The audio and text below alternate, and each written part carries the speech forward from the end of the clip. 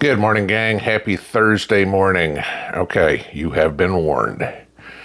As the fallout continues from Tuesday's debate and the fact-checking keeps going on and the lies keep coming in from the media and the Kamala Harris campaign, of course, I wanted to show you this that was being referenced on Tuesday night that Kamala Harris completely denied, okay?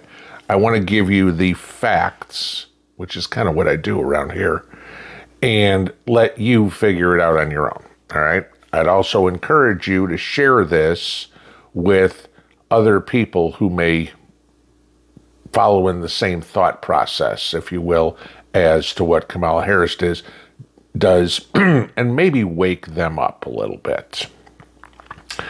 So the topic I want to cover this morning is abortion. Now, you guys know I have a daughter. That's it. Never aborted anybody. That was it. I don't have any grandkids. Many of you do. And I'm assuming every one of you love your children and love your grandkids dearly. Okay.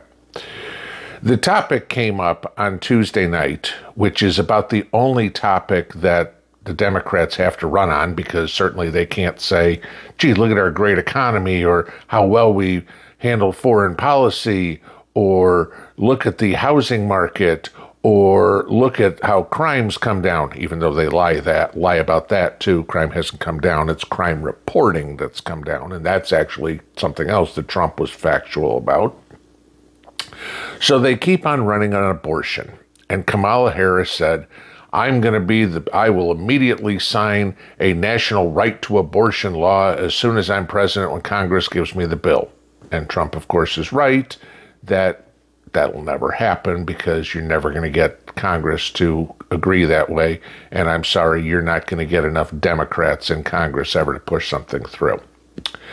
But the big key came up when Trump was talking about late term or post-birth abortions. Okay? That was the big one. And Kamala Harris, with her cringeful facial expressions, and then her response, oh, that never happened. That never happened. I want you to watch this video from a former delegate to Virginia's Congress, whatever you want to call it, from Kathy Tran. Pay attention to this one. Delegate Tran. Yes, sir. How late in a pregnancy would your bill apply if a physician was simply willing to certify that the continuation of the pregnancy would impair the mental health of the woman? How late are we talking about? Well, so the way the suggestion that we've made in the bill is to say it's in the third trimester and at the, with the certification of the physician. So how late in the third trimester would you be able to do that? It's very unfortunate that our physicians, witnesses, were not able to attend today to speak specifically. No, I'm talking about your bill. How late in the third trimester could a physician perform an abortion if he indicated it would impair the mental health of the woman? Or physical health. Okay. Okay. I'm talking about the mental health.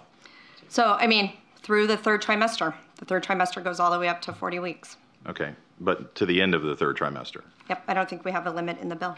So,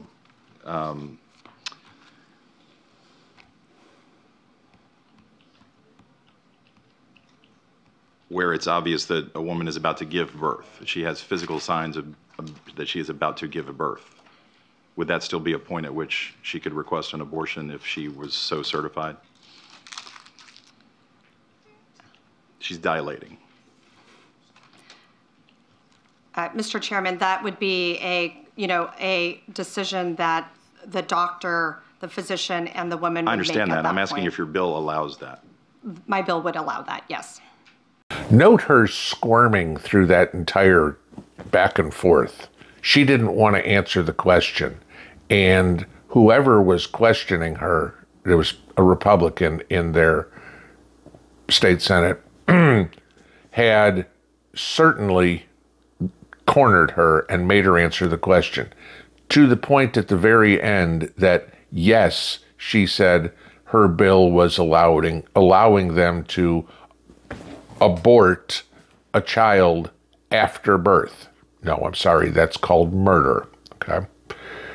And she kind of tucked her head and admitted it. She was trying to hide behind her own bill, didn't want everybody to know what was in it. Kind of reminds us of Nancy Pelosi. You gotta pass it to know what's in it, right? Okay. So, okay, the following morning, the governor at the time, Ralph Northam, a Democrat, was questioned on morning talk radio. This one's hard to find. I want you to watch this. No exception. There was a very contentious committee hearing yesterday when Fairfax County Delegate Kathy Tran made her case for lifting restrictions on third trimester abortions, as well as other restrictions now in place. And she was pressed by a Republican delegate about whether her bill would permit an abortion even as a woman is essentially dilating, ready to give birth. And she answered that it would permit an abortion at that stage of labor. Do you support her measure and explain her answer? Yeah, and I wasn't there, Julie, and I certainly can't speak for Delegate Tran, but I would tell you first thing I would say is this is why decisions such as this should be made by providers, physicians, and the mothers and fathers that are involved. There are, when we talk about third trimester abortions, these are done with the consent of obviously the mother, with the consent of the physicians, more than one physician, by the way. And it's done in cases where there may be severe deformities, there may be a fetus that's non-viable. So in this particular example, if a mother is in labor, I can tell you exactly what would happen. The infant would be delivered. The infant would be kept comfortable. The infant would be resuscitated if that's what the mother and the family desired. And then a discussion would ensue between the physicians and the mother. So I think this was really blown out of proportion. But again, we want the government not to be involved in these types of decisions. We want the decision to be made by the mothers and their providers. And this is why, Julie, that legislators, most of whom are men, by the way, shouldn't be telling a woman what she should and shouldn't be doing with her body. And do you think multiple physicians should have to weigh in, as is currently required? She's trying to lift that requirement. Well, I think it's always good to get a second opinion and for at least two providers to be involved in that decision, because these decisions shouldn't be taken lightly.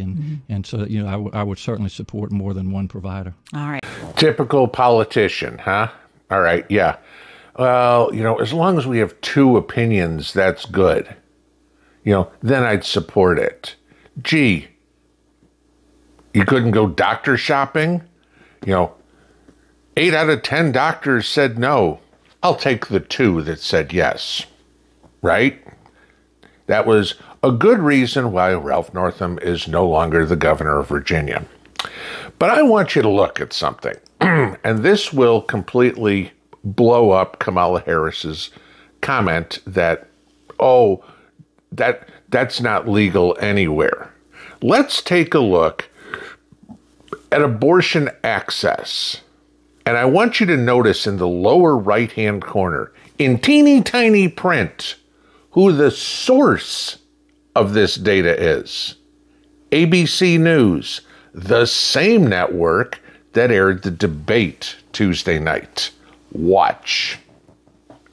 This is a map of showing what the current laws are, or at least from a couple of months ago, of how long into gestation, how long a woman must be in order to have an abortion. Take a look at the dark blue up top. No restrictions based on gestational duration. Let's name those states. Virginia, New Jersey, Maryland, Michigan, Minnesota, Oregon, Colorado, New Mexico, and Alaska. All of those states, you can have an abortion up to the moment of birth. Yeah, okay. You look at the green ones, that's up to 20 to 26 weeks, when the child is viable at that point, okay? When the child could live outside the womb.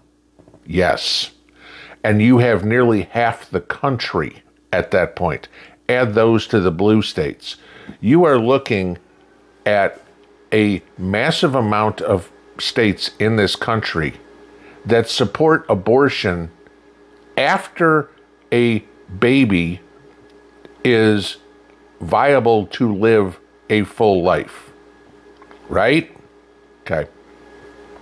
This is how sickening the lies out of Kamala Harris are. Oh no, that's nowhere. Yeah, it is. Now me, I'm kind of the Reagan-esque deal. Yes, I'm pro-life. Yes, I agree with the exceptions for rape and incest. The days of if the mother's life is in danger is pretty much behind us. But I'll give them that one too. I absolutely agree you should never force somebody to raise a child who is the victim of a rape or whose pedophile grandfather impregnated him. Okay? Gee, Joe. Yeah, I'll give you that. Now, if the woman wants to, of course, she can raise the kid. No big deal. All right? But no, I don't believe in forcing them at all on that one. And I stand hard on that policy. Ain't going to ever change my mind. Period. Okay? But this is just another example of Kamala Harris believing the old Joseph Goebbels line of tell a lie often enough and eventually people will believe it. There's the facts, with the source being ABC News. Okay? Give you that. So even the people that came up with this, again, didn't challenge her, as all the fact-checking went on Tuesday night, all against Trump. Here's another one, a life and death decision. Another one where they did not fact-check the lying B word of a candidate from the Democrat Party. I want to leave you just with one question, because they come up with the answer all the time. Why should a woman have a baby if it's going to upset the rest of her life? And I think about the logic on that one. I go, oh, okay, so what are you saying? Why should a father stay with the mother if it's going to upset the rest of his life? Ever thought of it that way? We have a big problem in this country already that 50% of the children are raised in single-parent households. We have a huge problem in the black community that 70% of the children are raised in single-parent households. We don't have an abortion problem in this country. We have a responsibility problem in this country. It's about time that men and women take responsibility for their actions. If you want to play the games, you deal with the consequences. Pretty simple. If you get pregnant, congratulations, you're a parent. Pinball out.